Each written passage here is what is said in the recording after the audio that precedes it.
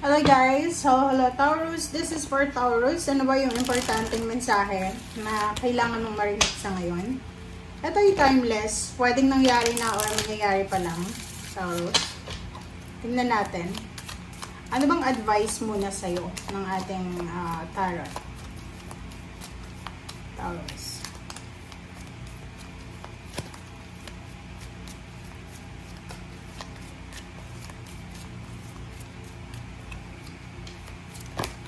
Okay.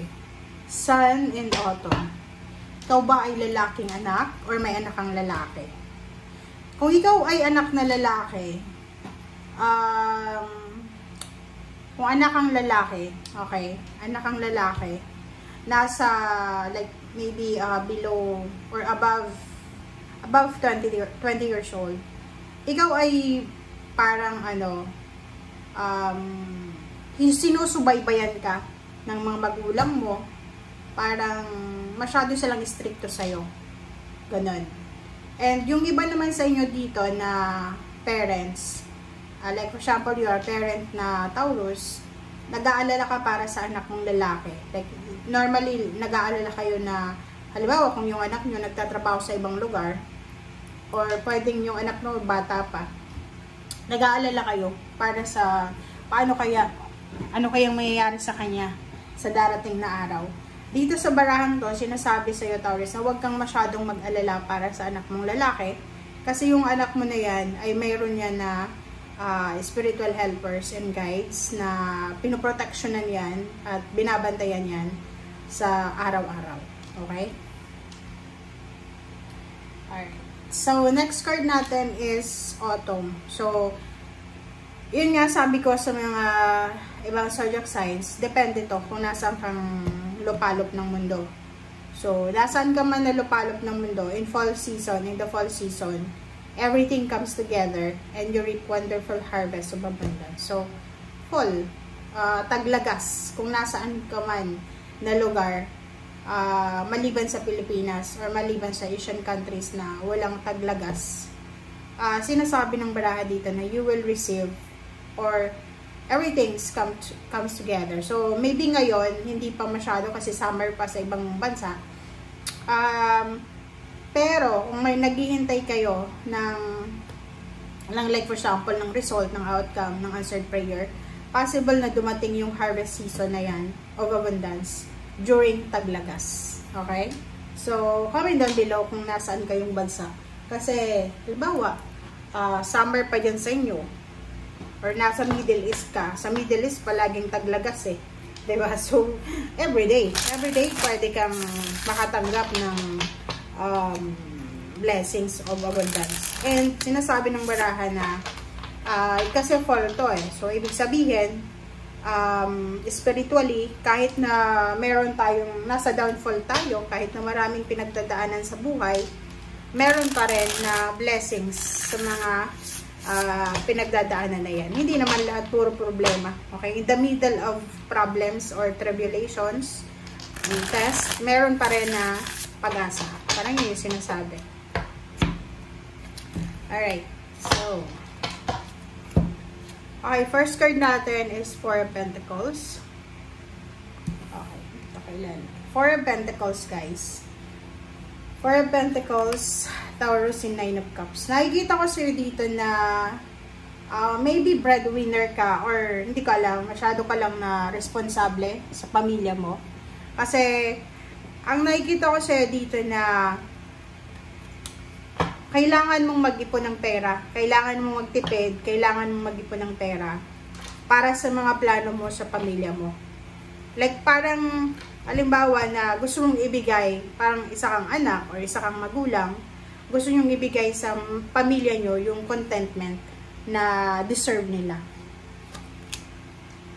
Oh, diba? So, yun, nakita ko na to sa last readings, pero paulit-ulit lang. So, pwedeng may mga Taurus na nagpaplano, maybe kakapasok mo lang sa trabaho or nasa trabaho ka na, or na-promote ka, or madadagdagan yung sweldo mo. So, yung mga additional salary na yan, or payments or payouts, maybe itatago mo siya, isisave mo siya for the family. Parang may plano kang magpatayo ng bahay, may plano kang magpakasal, may plano kang mag-celebrate ng wedding anniversaries, may plano kayong mag-celebrate ng, like for example, 60th birthday ng parents, yung ganun, di ba? Na i-celebrate talaga yung parents' birthday. Kailangan mag-save ng pera para sa celebration. Parang ganun. Or kung may bahay na kayo, gusto nyong ipa-renovate yung bahay, or yung iba, kailangan mag-save ng pera para sa future ng family. Like, gusto mong mag-asawa na hindi ka nahihirapan. Okay, next is Knight of Wands and Three of Cups. So, nakikita ko sa'yo dito,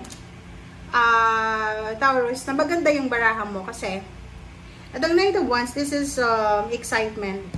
Excited ka. Maybe you're excited for the plan, okay? So, yun na nga, nakikita ko, pwedeng nagpaplano kang magpakasal, nagpaplano kang mag-ipon ng pera para sa pagpapatayo ng bahay, pwedeng pagbuo ng pamilya, basta puro to sa pamilya, walang para sa'yo, parang eto tingnan mo.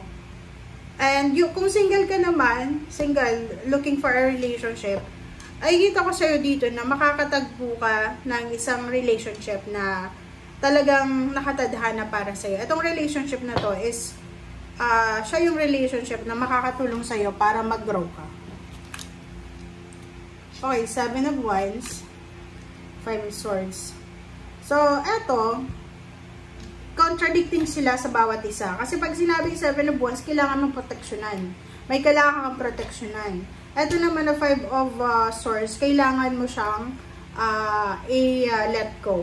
So, proteksyonan yung conflict. So, ibig sabihin, if there's a conflict within your circle, like for example sa family, may mga pag-aaway, gulo, or anything, sinasabi ng barahan na you need to protect yourself. You need to protect your energy, your vibration.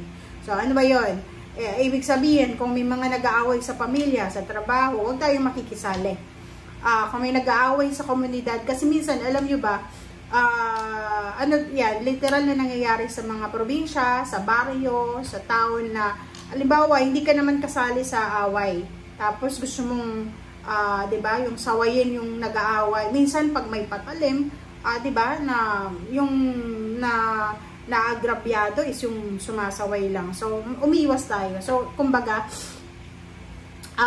protect yourself, protect your energy and vibration sa kung ano man na conflict or anything na maingay or gulo. Okay, so dito naman sinasabi ng barahan na meron sa inyo, meron sa inyo, Taurus, na posibleng pagkakataon, may nakadestiny na trabaho sa ibang bansa. So, kung ikaw ay Taurus na parang hindi mo masyadong feel yung pangingibang bansa, dito sa barahang to, sinasabi na kung nasa Pilipinas ka, disappointed ka sa kung anong nangyayari sa ngayon sa Pilipinas, or hindi ka masaya, na hindi ka, like kung saan nag-a-apply ka ng trabaho, tapos parang lahat kayo is unemployed. So, ang daming unemployed pero walang trabaho. So, dito sa barahang to, sinasabi sa'yo ng barahan na yung pangingibang bansa ay isa sa magiging parang stepping stone mo para pag umunlad ka sa buhay. So, wag mong aalisin yon. If kung nasa ibang bansa ka na, like nasa Middle East ka or nasa Europa, America, hindi ka pa rin masaya, sa barang to, sinasabi sa'yo na hanapin mo yung bansa na talagang doon ka liligaya. Okay? Thank you guys for watching. Bye!